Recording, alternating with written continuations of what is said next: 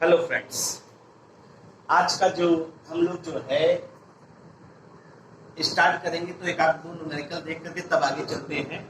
और हम लोगों ने कल जैसे कि टॉपिक पढ़ा था नर्स्ट इक्वेशन। नर्स्ट इक्वेशन की अगर हम लोग बात करते हैं तो नर्स्ट इक्वेशन में जो है हम लोग क्या कर किए थे कि नर्स्ट इक्वेशन होता क्या है, और नर्स्ट इक्वेशन अगर सेल रिएक्शन दिया गया हो तो आप कैसे जो है उसका नर्स्ट इक्वेशन अप्लाई करते हैं, कैसे नर्स्ट इक्वेशन लिखते हैं। अगर आप ध्यान दीजिए तो यहाँ पे ये इलेक्ट्रोकेमिकल सेल दिया गया है। इलेक्ट्रोकेमिकल सेल यानी representation of an electrochemical cell दिया है। और क्वेश्चन में जो पूछ रहा है, क्वेश्चन में पूछ रहा है calculate EMF of cell at 298 kelvin. EMF of cell calculate करना है और दिया क्या है iron plus iron, iron plus में कन्वर्ट हो रहा है। और ये आप जान ही रहे हैं साल्ट ब्रिज है और Ag प्लस Ag में कन्वर्ट हो रहा है। खासियत बात क्या है, यहाँ पे दोनों आयन का मोलर कंसंट्रेशन एक जैसा दिया गया है।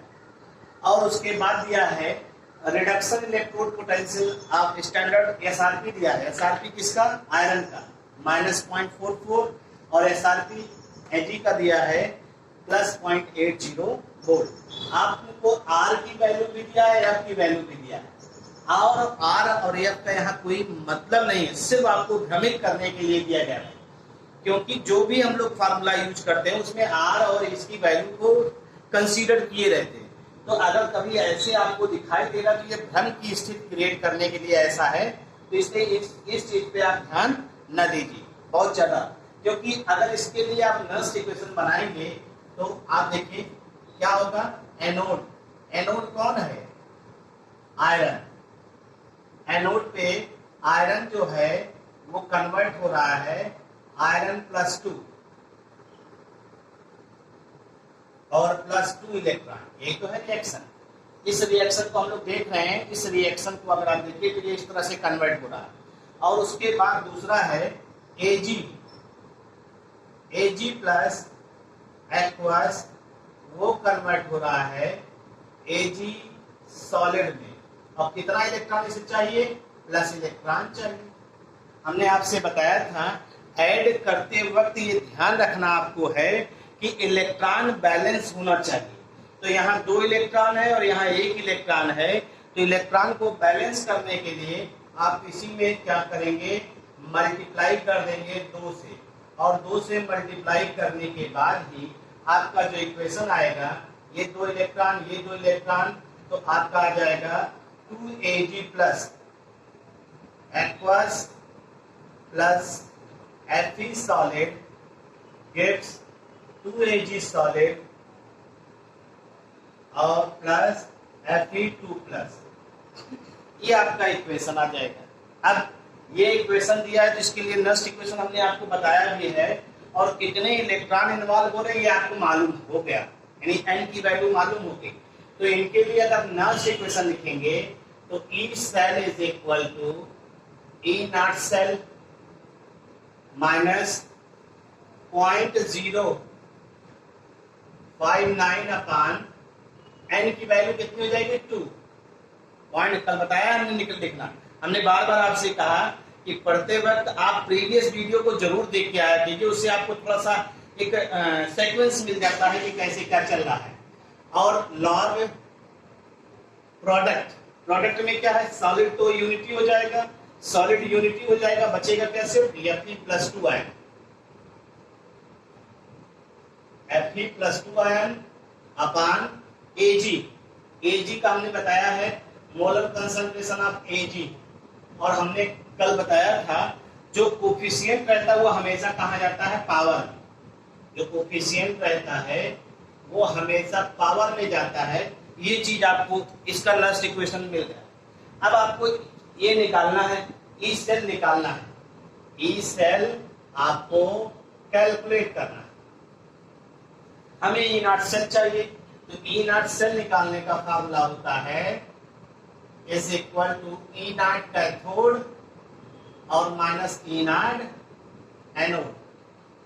कैथोड और एनोड की बात कर रहे हैं, तो कैथोड और एनोड आपको इसमें मालूम नहीं हो गया कौन है, क्योंकि ये आपका क्या है, देखिए यहाँ पे रिएक्शन में एनोड है। ये आपका क्या है, एनोड है। और ये आपका क्या है, कैथोड है। तो कैथोड माइनस एनोड कर लीजिए। अगर कैथोड की वैल्यू प्लस 0.80 वोल्ट है और ये माइनस माइनस कितना जो 0.44, तो ये वैल्यू कितनी हो जाएगी, प्लस 0.80 प्लस 0.44, अब ये हो जाएगा 1.24 वोल्ट। अगर आप ध्यान दीजिएगा तो ये वैल्यू आ जाएगी। ठीक है भाई, ये आपकी वैल्यू आ जाएगी ई नॉट सेल आ जाएगा, जो गिवन है, जो आपको यहाँ पे गिवन है उसकी बात हम लोग कर रहे हैं। ठीक है, उसकी बात जो है हम लोग यहाँ पे कर रहे हैं, ये आप सीधा सीधा ऑब्जर्व कर सकते हैं। अगर हम लोग इसी को ध्यान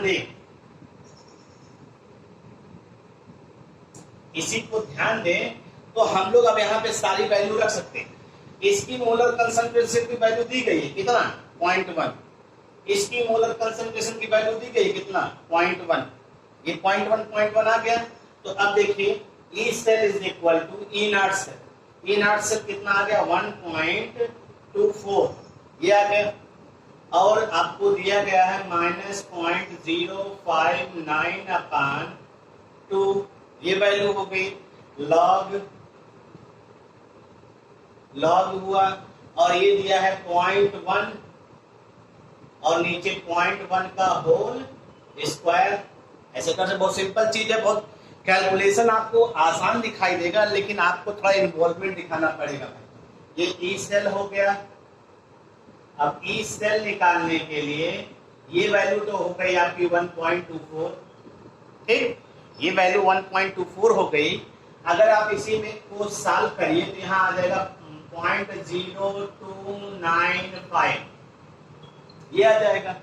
और उसके बाद उसको सॉल्व करते हैं तो इसकी जगह हम लोग लिख सकते हैं कितना, देखिएगा ध्यान से, इसकी जगह हम लोग लिख सकते हैं 10⁻⁻1 और इसकी जगह लिख सकते हैं 10⁻⁻1 का होल स्क्वायर। ये तो हो जाएगा भाई। तो ऊपर जाएगा 10⁻⁻, अब ये क्या बचेगा, तो log 10⁻⁻1 इंटू 10⁻⁻2 प्लस टू हो जाएगा। और अगर ये +2 हो जाएगा तो अब आप देखिए 1.24 -0.0295 और ये हो जाएगा log 10।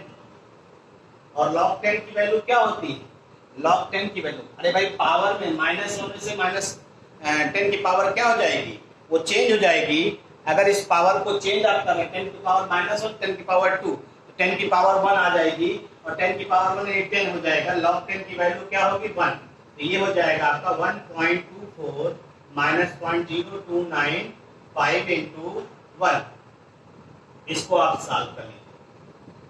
सॉल्व करने पर ये आपको आंसर यहाँ पे आप कैलकुलेट कर सकते हैं, खुद ही आंसर आप यहाँ पे कैलकुलेट कर सकते हैं। इसमें बहुत दिक्कत वाली बात नहीं। एक तरफ से आप देखिए आपको गिवन क्या है और गिवन के बाद आपने कैसे कैलकुलेशन को इस्तेमाल किया, ये चीज। ठीक है भाई, आज हम आपको नर्स्ट इक्वेशन की सहायता से इक्विलिब्रियम कांस्टेंट भी बताएंगे, उससे रिलेटेड भी क्वेश्चन बताएंगे। ठीक है, तो पहले इसके क्वेश्चन को देखिए फिर आगे चलते हैं। इसको ऐसे चलता रहेगा। आज मैं आपको क्वेश्चन दूंगा और उन क्वेश्चंस का आंसर आप जो है जब वीडियो अपलोड होगा तो आंसर चैट बॉक्स में जाकर के दीजिएगा। इससे पता चले आप वीडियो देख रहे हैं कि नहीं देख रहे, इससे ये पता चले। नहीं तो आप जो है सिर्फ हमें लगता खा के। ये हो गया। अब इसको चलते हैं आगे, इसको हटा देते हैं। और वही जैसे तुम लोग के लिए बहुत गाना फिट बैठता है, फिट बिल्कुल बैठता है, ये लगना। सुनिए, तो आप ही लोग के लिए है। तुम तो ठहरे परदेसी, तुम तो ठहरे परदेसी, साथ क्या निभाओगे, तुम तो ठहरे परदेसी, तुम तो ठहरे परदेसी, साथ क्या निभाओगे, सुबह पहली गाड़ी से, सुबह पहली गाड़ी से। अब आगे समझ लो, कैलकुलेट ईएमएफ हम लोग पढ़ रहे हैं। ठीक है, अब नेक्स्ट आइए क्वेश्चन देखते हैं। क्वेश्चन अभी बाद में देखा जाएगा सेकंड वाले पार्ट में। अभी हम लोग चल रहे हैं यहाँ पे दूसरा टॉपिक पढ़ने। इक्विलिब्रियम कांस्टेंट का कैलकुलेशन हम लोग पढ़ेंगे on the basis of Nernst equation. आइए देखते हैं, फिर उसके बाद फिर न्यूमेरिकल देखा जाएगा। और calculation of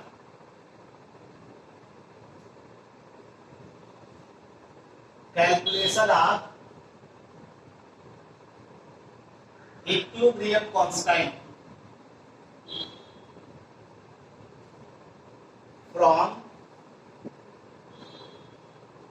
Nernst equation.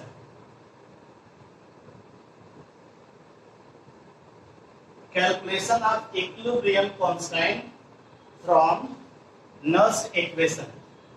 Equilibrium constant को हम लोग कैलकुलेट करने चल रहे हैं, ठीक है भाई। तो इक्विलिब्रियम कांस्टेंट को कैलकुलेट करने के लिए आइए पहले देखते हैं एक रिएक्शन को हम लोग ऑब्जर्व करते हैं। Let us suppose या let us consider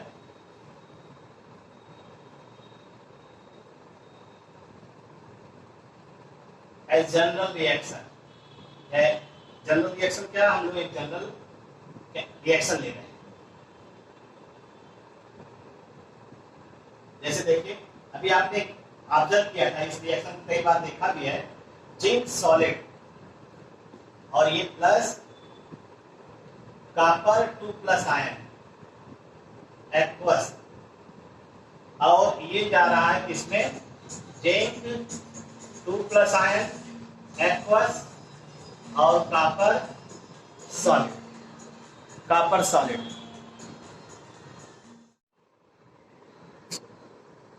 ठीक है भाई। कॉपर सॉलिड की अगर हम लोग बात करते हैं तो zinc solid copper 2 plus ion में कन्वर्ट हो रहा है, जिंक 2 प्लस आयन और कॉपर सॉलिड में कन्वर्ट हो रहा है। ये सीधा सीधा एक हम लोग इलेक्ट्रोकेमिकल सेल रिएक्शन,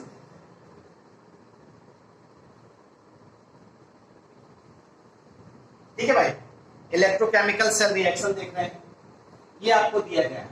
अब क्वेश्चन यहाँ उठता है कि ये रिएक्शन जो है अगर रिवर्सिबल, तभी इक्विलिब्रियम कांस्टेंट जब ऑब्जर्व करेंगे जब ये रिएक्शन क्या होगा, रिवर्सिबल होगा। ठीक, रिवर्स रिएक्शन अगर रिवर्सिबल है तो इसके लिए ये सिचुएशन होगी। तो हमने आपको डायग्राम के थ्रू दिखाने का प्रयास किया। ये प्रोग्रेस ऑफ रिएक्शन,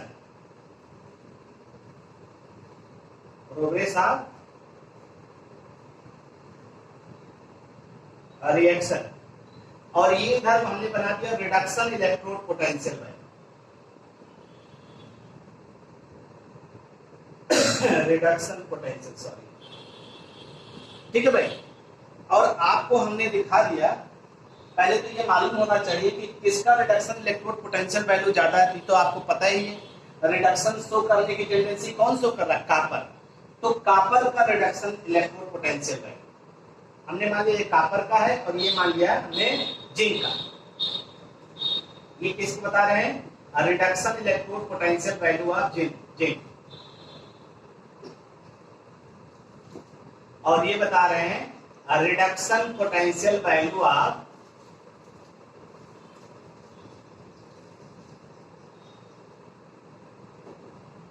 कॉपर। ठीक, आपको अब एनोड की बात कर रहे हैं। पहला देखिए, जिंक जो है ये सॉलिड है, ये जिंक 2 प्लस आयन में कन्वर्ट हो रहा है। ध्यान दीजिएगा भाई, 2 इलेक्ट्रॉन, यही तो रिएक्शन होगा। अब होता क्या है देखिए, जिंक जो है ये रिडक्शन शो कर रहा है, और अगर रिडक्शन शो कर रहा है तो यहाँ सीधा सीधा देखिए zinc solid, zinc 2 plus ion में +2 इलेक्ट्रॉन में कन्वर्ट हो रहा है। अगर इस चीज को हम लोग ऑब्जर्व करें, तो आपको मालूम है जिंक +2 में कन्वर्ट हो रहा है, जिंक +2 में कन्वर्ट हो रहा है। इसका मतलब ये ऑक्सीडेशन शो कर रहा है। और ये जिंक 2 प्लस आयन कहाँ जा रहा है, ये जिंक 2 प्लस आयन किसमें जा रहा है, इलेक्ट्रोलिटिक सोल्यूशन के अंदर जा रहा है। यानी ये जो इलेक्ट्रोलिटिक सोल्यूशन जिंक सल्फेट का बना होगा गोज इनटू द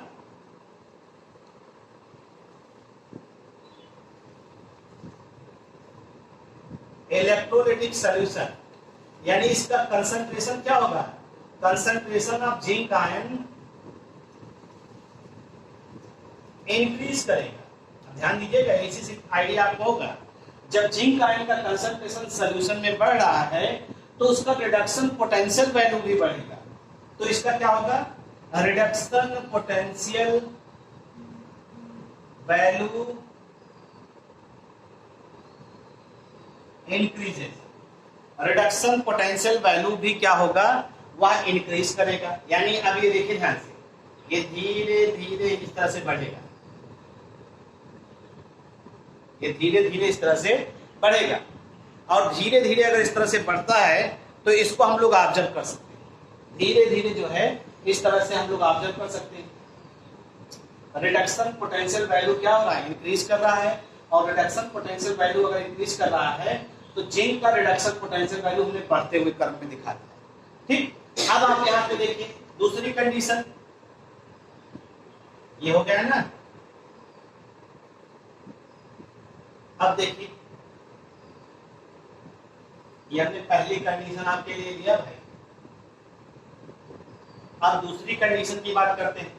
दूसरी कंडीशन यहां पे जो होगा, कॉपर जो आयन है ये सॉल्यूशन से आ रहा है और 2 इलेक्ट्रॉन लेकर के ये किस में कन्वर्ट हो गया, कॉपर सॉलिड। यानी ये कहां से आ रहा है, from solution, from electrolytic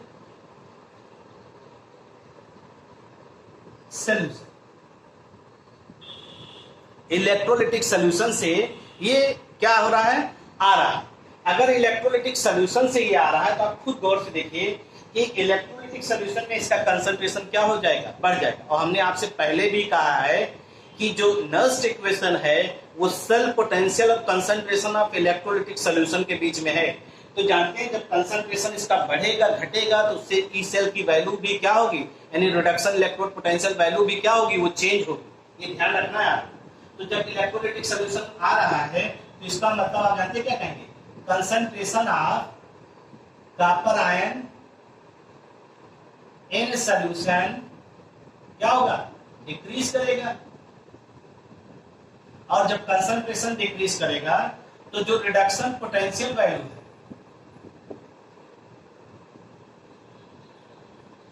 reduction potential value जो है आप जिंक कॉपर, चूंकि ये डिक्रीज कर रहा है तो ये भी क्या होगा, डिक्रीजेस। अब ये डिक्रीज करना शुरू करेगा धीरे धीरे जैसे जैसे रिएक्शन आएगा। ठीक है भाई, ये डिक्रीज कर रहा है। ठीक, और एक स्टेज ऐसा आएगा जहां पे ये दोनों एक दूसरे के बराबर हो जाएंगे। एक स्टेज ऐसा आएगा और इस स्टेज को हम लोग कहते हैं स्टेट ऑफ इक्विलिब्रियम।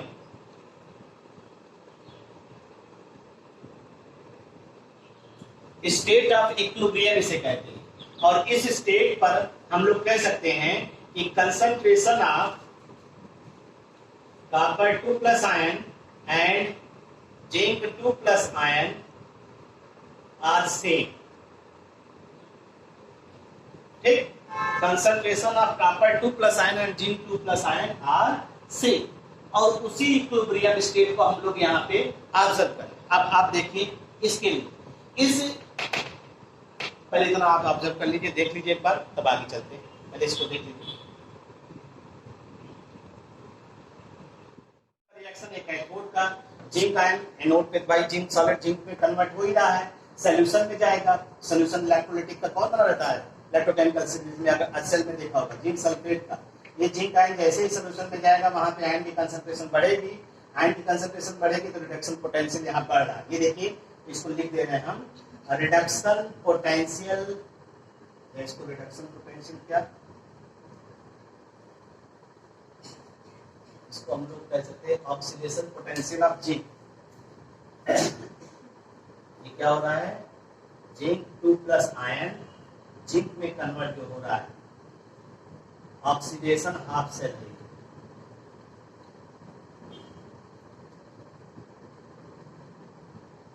और ये क्या हो रहा है, कॉपर 2 प्लस आयन कॉपर में, ये रिडक्शन हाफ सेल, ये रिडक्शन हाफ सेल है, इसको ध्यान दीजिएगा। तो ऑक्सीडेशन हाफ सेल और रिडक्शन हाफ सेल ये दिखाई दे रहा है।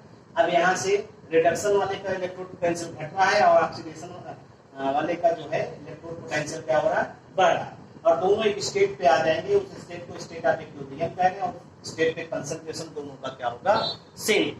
इस चीज को अगर हम लोग ऑब्जर्व करते हैं तो अगर इसी के लिए नर्स इक्वेशन लिखते हैं, अगर इसी के लिए हम लोग नर्स इक्वेशन लिखते हैं तो देखिए नर्स इक्वेशन क्या आता है इसके लिए, सीधा सीधा यही तो आएगा भाई, ई सेट नर्स इक्वेशन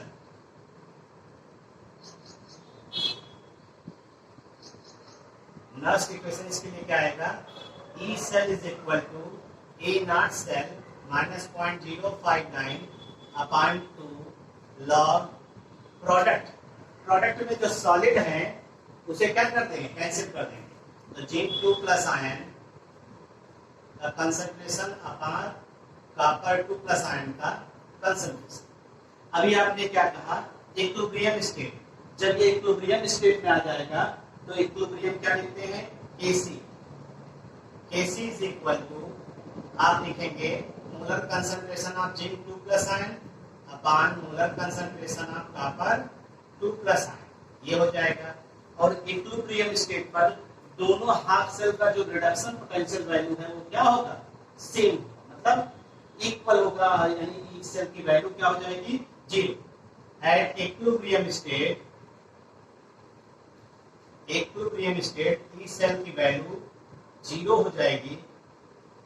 अब इसी को सब्स्टिट्यूट कर दीजिए, हेंस ई सेल हो जाएगा 0 बराबर ई नॉट सेल माइनस 0.059 अपॉन 2 ले रहे हैं, लॉग यहाँ आ जाएगा Kc, लॉग Kc। अगर आप इसी को रीअरेंज करके लिखेंगे तो ये आ जाएगा ई नॉट सेल बराबर 0.059 अपॉन 2 लॉग Kc। और इसी को अगर रीअरेंज करके आप लिखिए तो रीअरेंज करके आप लिखेंगे तो यहाँ पे एक इक्वेशन दिखाई देगा, और वो इक्वेशन आपको देखिए कैसे दिखाई दे रहा है, ऐसे दिखाई दे रहा है। अब 2 से मल्टीप्लाई कर दिया आपने तो 2 into E naught cell upon 0.059 equal to log Kc। For general reaction के लिए तो आपको लिखना भी पड़ेगा ना, ये क्या है, number of electron involve in a, ये आपका क्या है, 2 जो है वो नंबर ऑफ इलेक्ट्रॉन्स, 2 जो है नंबर ऑफ इलेक्ट्रॉन है। तो हम इसके लिए जनरल रिएक्शन के लिए क्या लिखेंगे, वहीं पे n लिख देंगे, n into E naught cell upon 0.059 is equal to log Kc। ये आपका ये इक्वेशन आ गया calculation for Nernst equation, calculation for equilibrium constant. This is for calculation of equilibrium constant from Nernst equation.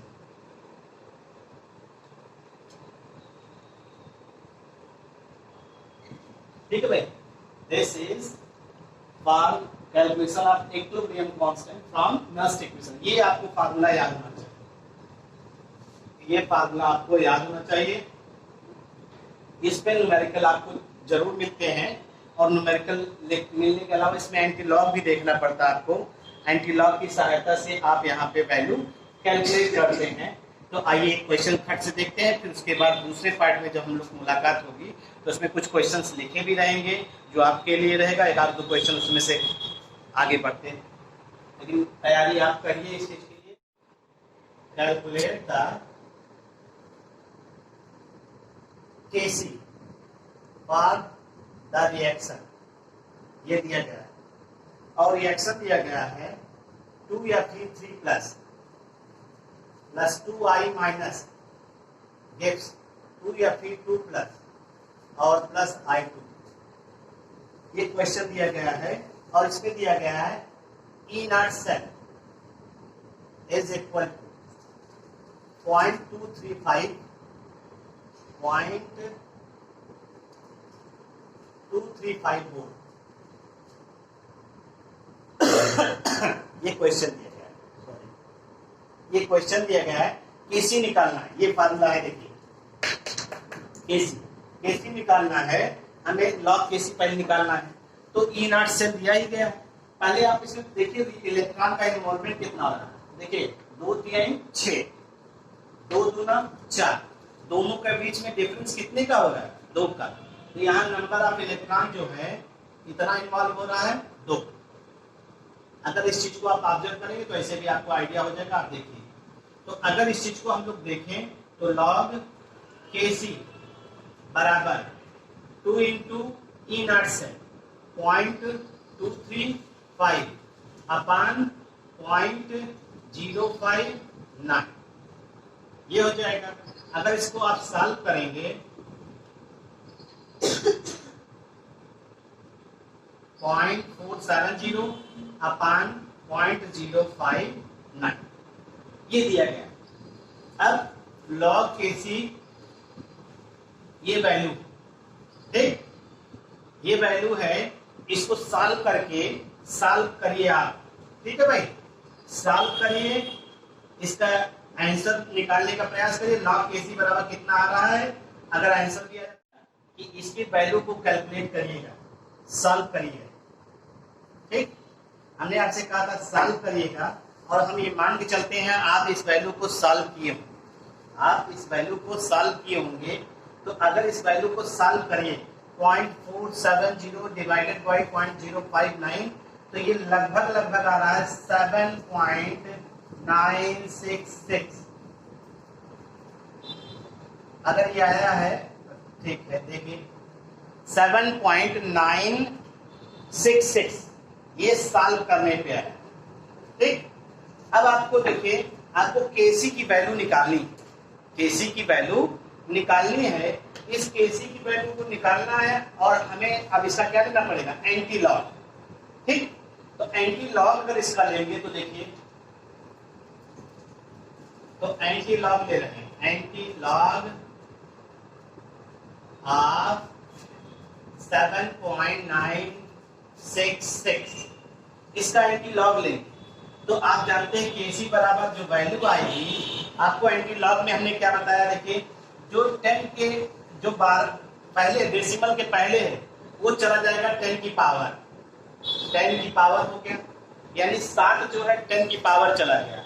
और anti log table को आप open करिए, anti log table को अगर आप ओपन करते हैं तो आप इस पे देखिए 0.96 का जो 6 वाले टेबल में देखिए, जैसे 0 1 2 3 4 5 6 7 8 9 तक बना रहता है ना, तो 0.96 का एंटी लॉग टेबल में 6 पे देखेंगे। तो अगर हमने अभी देखा तो हमने देखा 0.96 का 6 पे ये आ रहा है 9247। आप देखिए इसको, हमारे ख्याल से यही आ रहा है, देखिए आप देख करके आपको आइडिया होगा, आप देखिएगा इसको। अब हमने आपसे बताया एंटी लॉग में हम लोग n+1 करते हैं, एंटी लॉग में हम लोग क्या करते हैं? n+1 का काम करते हैं। इसका मतलब है एक डेसिमल, एक मतलब डिजिट छोड़कर डेसिमल लगाइए, 9.247 इंटू 10 पावर 7, ये केसी की वैल्यू हो गई, ये इक्विलिब्रियम कांस्टेंट की वैल्यू हो गई, जो आपसे पूछा गया था। इससे पहले जो क्वेश्चन हमने दिया था आपको लगाने के लिए, आपसे आपके साथ सॉल्व कर रहे थे, उस क्वेश्चन का ये आंसर। अगर आप बुक में भी देखेंगे तो बुक में भी लगभग आंसर यही आ रहा है। उसमें 9.3 करके आ रहा है, इसमें 9.247 इंटू 10 पावर कितना आ रहा है भाई? 7। यही आंसर आ रहा है, ये आंसर आपका करेक्ट। इसके अलावा अगर हम लोग जो है, अगर हम लोग इस चीज को ऑब्जर्व करें तो हम लोग यहाँ पे कुछ क्वेश्चंस लिख दिए। हमने आपके लिए कुछ एक क्वेश्चंस लिखे हैं जिनको आपको ऑब्जर्व करना है और जिनको देखना है। तो क्वेश्चंस एक बार आपको पढ़ के सुनाते हैं, और जब क्वेश्चन आपके समझ में आ जाएगा तो उसको आप ट्राई भी करेंगे। और ट्राई करके हमने बताया ना, कमेंट बॉक्स में जो है आप कमेंट के रूप में आंसर जरूर बताइएगा। क्वेश्चन है calculate the KC for the reaction. हमेशा ये ध्यान रखिएगा टेम्परेचर यही लेंगे, क्योंकि इसी कंडीशन पर ही 0.059 आया है। जो 0.059 की वैल्यू आई है वो इसी कंडीशन पे आई, तो ये फिक्स है। ये देखिए हर रिएक्शन पे ये इसमें नहीं दिया तो एट 298 केल्विन ये फिक्स है। तो यहाँ है calculate the KC for the reaction at 298 kelvin, और ये कॉपर सॉलिड है प्लस 2 Ag प्लस है, aqueous gives copper 2 plus ion 2 Ag solid. ये है, इसमें रिडक्शन पोटेंशियल Ag का दिया 0.80, रिडक्शन पोटेंशियल कॉपर का दिया 0.34 वोल्ट। अब यहाँ से आप इनकी सहायता से आप निकालेंगे E naught cell. E naught cell निकालने का formula E naught cathode minus anode से निकालते हैं। इसको आप सॉल्व करेंगे और सॉल्व करने के बाद आप बताएंगे कि कितना जो है इसका आंसर आ रहा है। और वो जो है देखिए NiO2 plus 2Cl minus plus 4H plus gives 2Cl2 plus निकल 2 प्लस आयन प्लस 2H2। यहाँ पे ई नॉट सेल दिया गया है 0.30 वोल्ट, 0.320 वोल्ट। यहाँ ई नॉट सेल डायरेक्ट दिया है, तो आपको ये फार्मूला डायरेक्ट लगा करके मल्टीप्लाई करके एंटीलॉग लेकर के ये वैल्यू बताना है। तीसरा दिया है कैलकुलेट द ईएमएफ, ये नर्स्ट इक्वेशन बेस्ड हो गया। ये दो क्वेश्चन आपके लिए नर्स्ट इक्वेशन बेस्ड हैं जिनको आपको सॉल्व करना है। Calculate the EMF of the cell, आपको इसको नर्स्ट इक्वेशन बनाइए। केस सेकंड आपने पढ़ा होगा, केस सेकंड का दूसरा पार्ट जिसमें वैलेंसी 3 और 2 दी गई थी, जिसमें वैलेंसी 3 और 2 दी गई है, तो वहां पे नंबर ऑफ इलेक्ट्रॉन देखिए कितना आते हैं, बस वही इलेक्ट्रॉन ध्यान देना है आपको। बाकी आपका ई नॉट सेल दिया गया, मतलब ई नॉट निकालने को यहाँ पे इसकी सहायता से क्रोमियम का दिया, आयरन का दिया, इसकी सहायता से ई नॉट सेल निकाल दी। और उसके बाद चौथा क्वेश्चन जो दिया गया है calculate the EMF of cell at 298 kelvin, और जिंक सॉलिड दिया है, जिंक 2 प्लस आयन दिया गया है, और इसका मोलर कंसंट्रेशन। देखिए मोलर कंसंट्रेशन मोलरिटी में हमेशा दी नहीं, अगर कहीं छूटा होगा तो जान लीजिए ये मोलरिटी है, ये मोलरिटी है, ध्यान रखिएगा। ये 0.01 मोलरिटी इसकी दी गई और इसकी दी है 0.005 मोलरिटी। इसकी कितनी है 0.005 मोलरिटी दी गई, और इसका ई नॉट आयरन का दिया है और ये दिया है जिंक। ये चीज है। इसके अलावा जो है आपके जो एनसीईआरटी के क्वेश्चंस, क्योंकि जब आप सॉल्व करते हुए साथ साथ चलेंगे तो आपके चीजें, आपका जो क्वेश्चन जो है वो छूटेगा नहीं, वरना आप जानते समय तेज भाग रहा है, जून निकल जा रहा है। और उसमें एनसीईआरटी के भी जो क्वेश्चन हैं बटन सेल का दिया गया, क्योंकि कल भी हम लोग डेल्टा जी की वैल्यू निकालना पड़ेंगे इसकी सहायता से, तो वहां पर भी न्यूमेरिकल मिलेगा आपको। तो एनसीईआरटी के question based on Nernst equation, equilibrium constant,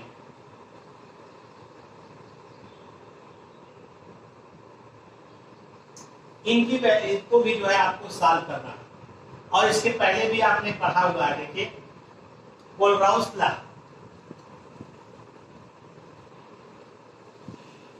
क्योंकि आप अपने घर पे बैठ के पढ़ रहे हैं नहीं पढ़ रहे ये आपको हमको आइडिया नहीं। तो आप जब हमसे इंटरेक्ट होंगे, आप जब हमको बताएंगे कि हाँ ये वाला क्वेश्चन हो गया, ये सॉल्व किया है हमने, ये सॉल्व किया है, तो उससे आपके ऊपर कॉन्फिडेंस हमारा बढ़ेगा। कोलराउस लॉ पे आपने पढ़ा है, वहीं पे आपको अगर याद होगा आप इंटेक्स क्वेश्चन लिखेगा, एनसीईआरटी क्वेश्चन और प्लस इंटेक्स।